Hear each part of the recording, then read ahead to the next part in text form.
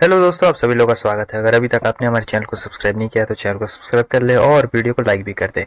तो जैसा कि पिछले एपिसोड में हमें ये दिखाया जाता है, जो हमारा यून रहता है वो एक बहुत ही भारी मुसीबत में फंस चुका था, क्योंकि वो जो मॉन्स्टर्स थे वो इसका पीछा कर रहे होते हैं और इसके फायर से और भी ज्यादा अट्रैक्ट होकर इसकी तरफ आगे बढ़ रहे होते हैं। अब यहाँ पर इसे समझ नहीं आता है, तब तक स्पिरिट भी बाहर निकल चुका रहता है और कह रहा होता है कि उनसे तुम्हें पता भी है बच्चे कि तुम कितने ज्यादा लकी हो जो फायर ड्रैगन वॉर्म से तुम्हारा इनकाउंटर हो रहा है।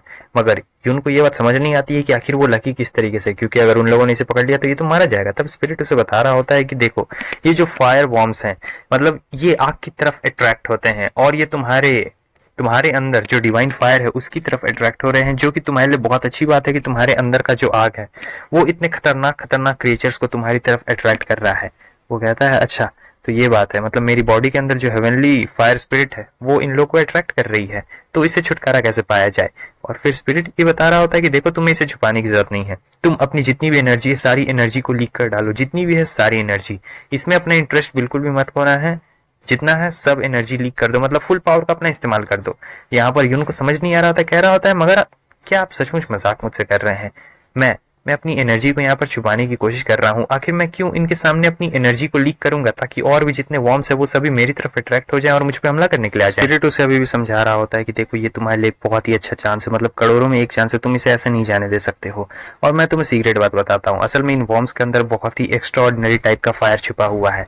तो मैं बस ये कहना चाहता हूँ कि तुम जाओ, उस फायर को अपने अंदर एब्जॉर्ब कर लो। उसके बाद ये जो वॉर्म्स है ये नॉर्मल टाइप के वॉर्म्स रहेंगे और इनसे तुम्हें बिल्कुल भी खतरा नहीं होने वाला है। मतलब ये है कि तुम इनकी सारी एनर्जी एब्जॉर्ब कर लो और फिर देखना कमाल, तुम्हारी जो एनर्जी है वो और भी ज्यादा बढ़ जाएगी। यून कहता है अच्छा, ये बात तो मैं जानता हूँ। फिर उसके बाद वो स्पिरिट की बात मानता है और अपने फायर से हमला करता है। इस बार उसके फायर की एनर्जी ज्यादा रहती है, तो वो सारे वॉर्म से अट्रैक्ट हो रहे होते हैं फायर की तरफ। वो पूरा एकदम कर रहा होता है फायर से हमला और लेडी रो रही होती है, कह रही होती है क्या आपको फ्लेमिंगो मिल गए?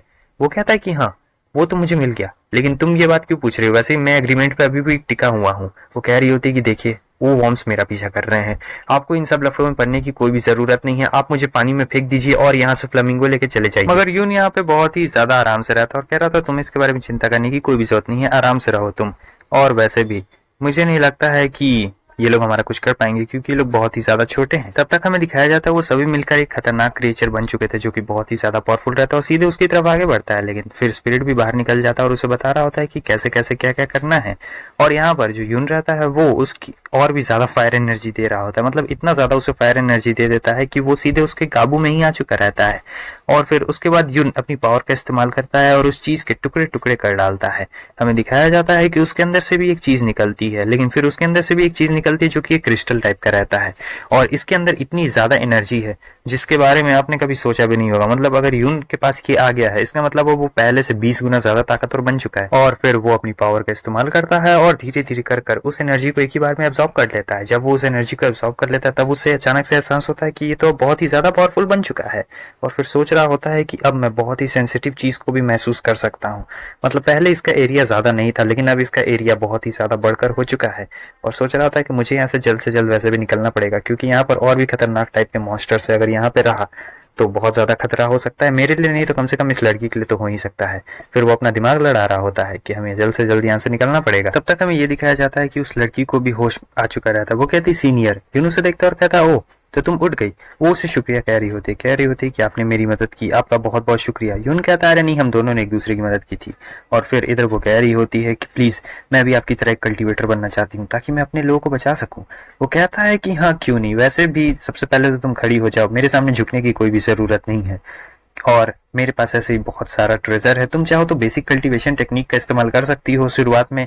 और आपको तो पता ही है कि इसके पास अब बहुत सारा खजाना आ चुका था, तो थोड़ा बहुत देने में तो इसे कोई भी दिक्कत नहीं आने वाली है। जो यून को अभी लेटेस्ट सामान मिला हुआ रहता है, बुक और कुछ कल्टीवेशन वाले स्पिरिट ग्रास, वो उन सभी को दे देता है उसे और कह रहा होता है कि ये लो, इससे तुम अच्छी तरीके से कल्टीवेशन कर पाओगी, क्योंकि ये जो सामान रहते हैं इनके जो स्टार्स रहते हैं वो बहुत ही ज्यादा रहते हैं, मतलब कल्टीवेशन करने में भी इसे आसानी होगी।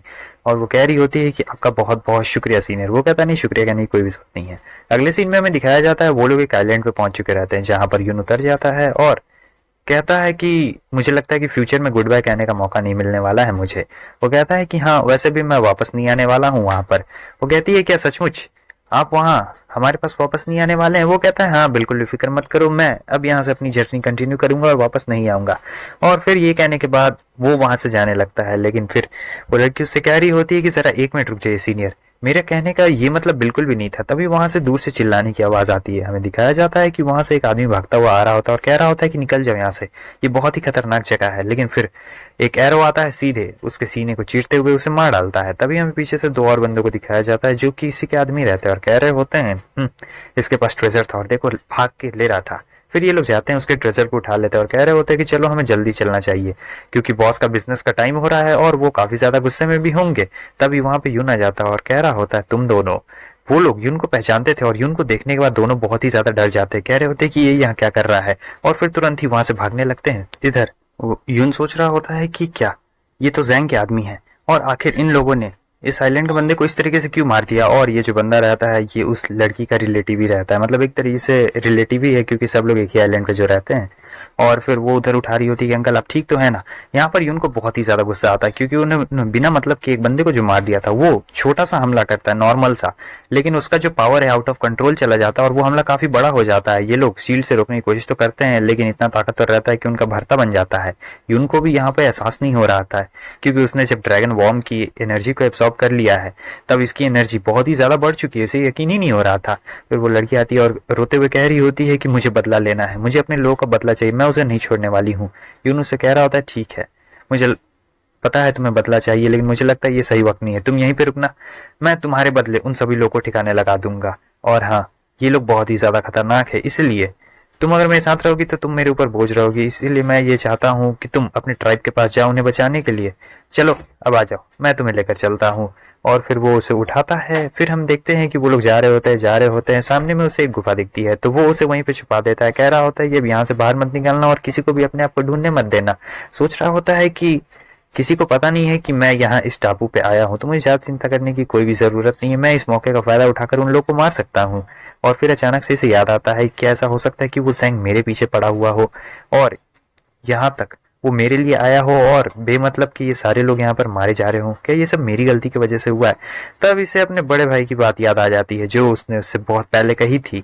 और फिर वो यही सोचते हुए आगे जा रहा होता है कि अगर हो सके तो ये जैंग को अभी इसी वक्त ही मार डालेगा इस टापू पे अगर वो उसे मिल गया तो।